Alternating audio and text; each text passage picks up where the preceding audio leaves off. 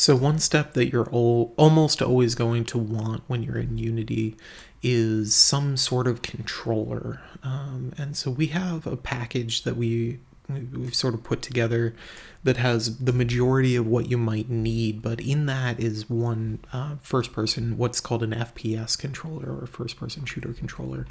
And so I'm gonna open this up and in Unity by just double clicking it with Unity open, and it'll automatically populate.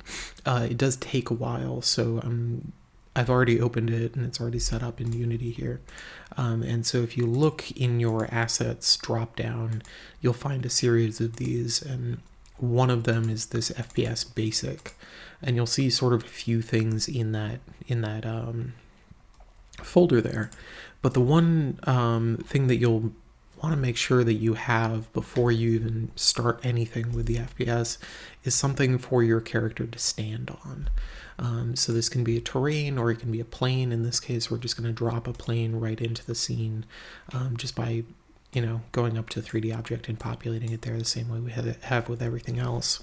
And sometimes I'll center it a little bit over my 0 axis right here, just so that it makes things easier. Basically, you want your first person controller to end up over top of the plane. And this is really important because if I were to start it right here where it's midway through the plane, as you can probably see there, it would just fall to infinity. So all I have to do is just grab that and drag it up so that there's sort of some level of air between these two. Now, if I start it now, it'll sort of start with a little drop, so I can sort of be precise about it and drag it down almost to the point that it's touching.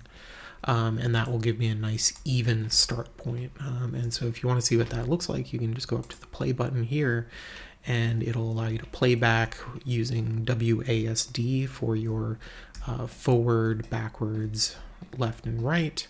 And then you can use your mouse to look around. In some programs, you won't see a mouse here, and it'll just be the controller. If you need your mouse back, you can just hit escape, and it'll show up. And then to turn it off, you just hit play again.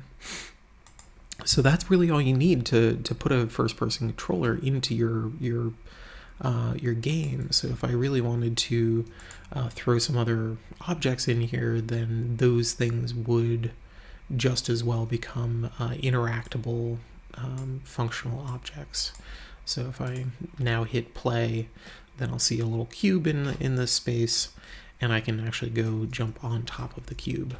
If you start off your game and it looks something like this, then you know that you've left your character underneath the edge of your plane.